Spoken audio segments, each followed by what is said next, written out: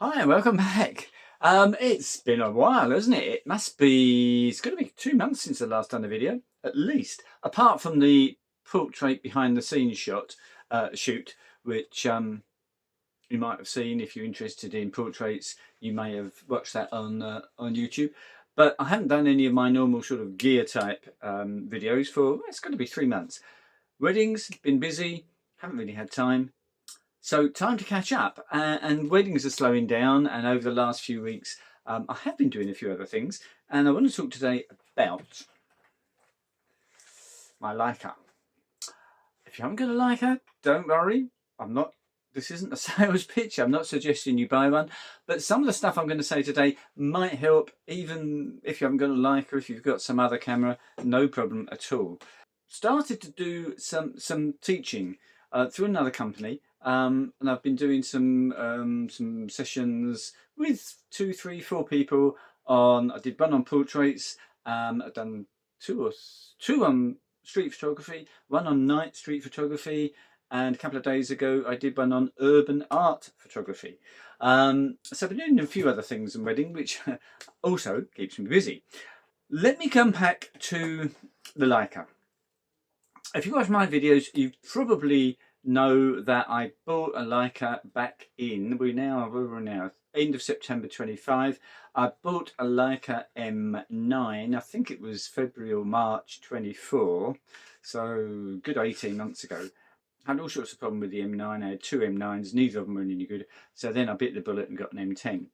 And for best part of a year, I had a kind of love-hate relationship. One day, 1 week, 1 month, I would love the thing, and another week, month, I would not hate it exactly, but I wouldn't pick it up, and I would much prefer using a Nikon or something like that. And I sold it back in, I think it was March this year, and you probably saw the video on that, Leica No More or something like that. And I then did a video after that saying I got it wrong because I bought another one. I tried to find something that was going to give me as good, in fact better photos than the Leica, but easier. My problem was manual focusing and all the other sort of manual stuff that comes with the M10. And I thought about getting a Q3, but then looked at alternatives, and I ended up getting a Sony A7C R2. Anyway, 60 megapixels and so on and so forth. I think I probably did a video about that. I can't remember. But anyway, great camera, great images, as long as you're not too fussed about the colours. They're not quite what I like. But the real downside for me was the viewfinder, which was absolutely rubbish. Tiny little thing. And when I compare it to my Z6 III, the viewfinder on that, I mean, it's absolutely stunning. That is the best EVF I've seen on any camera by any manufacturer. It's stunning. It really is. And I just couldn't use the Sony. It was just too horrible. So I got rid of the Sony, which then led me on to getting the M10 again, because I'd had to think about why I got rid of the M10, and it made me look at me, and I think probably because of my background in weddings, I'm much more of a pick it up, grab the shot. That's not a lens, by the way. Grab a shot while it's still there. You've got 1.6 seconds to get this shot before you're going to miss it. So I'm so used to doing things really quickly that when you pick up the Leica and you're forced to slow down, it really didn't feel natural. But I've stuck with it, I've worked with it, and I've got to say now, other than weddings, this is what I try and use all the time. I've got a 75mm lens as well, which I use for portraits, and I did use it in the portrait video behind the scenes. I was using this for a lot of the shots, and I'm not sure if I mentioned it in the video afterwards when I edited all the photos, but the best shots, the shots I liked the most, were from the Leica.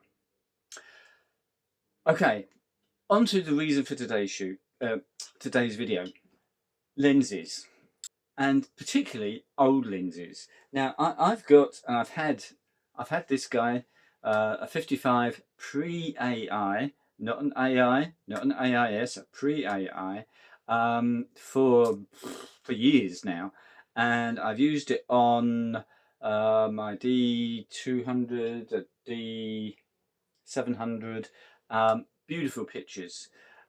And of course I can use it on any of the Z cameras that I've had with the adapter. And in fact, it works really, really well on there because it's image stabilized. Manual focusing on the Z cameras is an absolute doddle, and it's gives the look that I want. I don't really like the modern trend towards, you know, ultra sharp, ultra contrasty, 3D, smartphone look type pictures. I'm much more of the characterful, the colourful, the depth, the feeling, and all that kind of thing.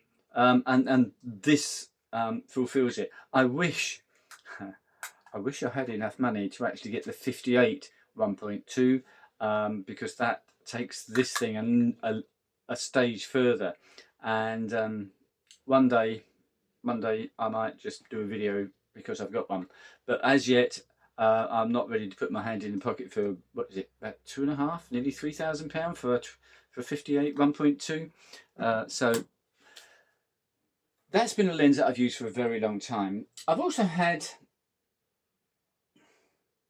for portrait shoots, I've also used this thing I've had for quite some time as well, a 105 1.8 AI lens, and again used on the Z camera. Image stabilization, which once you get up to 105 millimeters does start to become quite useful. Again, beautiful lens, nice focusing, and something which I really appreciate, and I've probably mentioned this in other videos, when you're using these lenses on a Z camera, on the FTZ adapter, you've actually got an aperture ring. Yes, you can manually change that, and of course manual focus, and because it's a proper manual focus lens, it's proper manually focusing. It's all very well getting, I mean, even something like my 135 f2D lens, which is again a gorgeous lens, it's an AF lens, and even if you switch to manual focusing, it's still, I mean, it's way better than modern AF lenses, because it is proper mechanical. It's not fly-by-wire or anything like that. It's still not, hasn't got the same feel that something like this has. It's not quite as good. So I'm really into the manual lenses, and of course with the Z cameras, focusing becomes much, much easier. A couple of months ago, maybe 3 months ago, I had this thought that I would like a longer lens than my 75 lens for doing portraits. And I thought, well, hold on, I've got this 105 and I've even got a 135. What about using those on the Leica? So I got, where's it gone? I got myself, if I can get it off, this tiny little adapter, made by Photodiox. And it's a dumb adapter, there's no electronics involved at all. But look at how small it is. If you compare it to the FTZ adapter, it is way, way thinner. I mean, the actual sticks out from the camera by 10 mil, 11 mil, whereas this is what, 25 mil. So it means that if I put this on my Leica, it doesn't stick out from the front of the camera anything like as much as it does on the Z camera. And whilst it's a dumb adapter, Leica being what it is, it's really easy to use. Not so easy to put on, but it's really easy to use once you've got the thing on. Right, we're on there. And it doesn't, I mean, it makes it ridiculously big, really, but it's still very usable because I can hold that one-handed and I can focus, because the focus ring is in the right place. It's not right at the front of the lens or anywhere stupid. And it's really, really easy to use. And during that portrait shoot, behind the scenes, I think I use this, maybe not, I'm not sure. But anyway, I have used it certainly on quite a few portrait shoots. And you've got the manual aperture, you can change that, and brilliant, absolutely fabulous. And an old lens like this, the character of that combined with the Leica look just gives stunning, stunning photos. Yesterday, I went about for a 20-minute drive and picked up another lens. And I was on one of my classes, one of my street photography classes, and someone had come along with the camera with a zoom lens. And they were trying to persuade me that I really should think about using a zoom lens for street photography rather than a prime. I mean, I use my Voigtlander 40 1.4 lens for pretty much everything in street photography. And they had, I guess, a 24-70. And whilst I kind of disagreed with them at the time, I got to think about it afterwards and actually thought, you know what, you might actually be right. Because there were times in street photography when, say you've got a frame, okay, and you want to look through that frame and you've got something else beyond the frame. And with a prime lens, that perspective is fixed. So if you look through the frame to what's beyond, you can move back and forwards, but because a prime lens is going to have a fixed angle of view, and a 40mm, I don't know, I haven't checked what it is, it's probably what, 80 degrees or something like that, you're going to get a lot of background, and you can't change that no matter how much you go back and forth. So it's not about being lazy or about zooming with your feet, it's physics, it's that angle, and that's what it is. And there are times when I came to think about it that, well, it would be actually useful to be able to maybe switch lenses and put a, I haven't got one, a 60mm lens on, or maybe my 75, but that's possibly a little bit too long. To narrow the field of view, to change the way this frame or this whatever it is, this reflection in a window, how that relates to something else, a different layer within the photograph. So I got to thinking about that, and then I started to look for zoom lenses for the Leica. Wow, that's a horror story. I only found one. I think it was something like a 35 to 75 or something like that.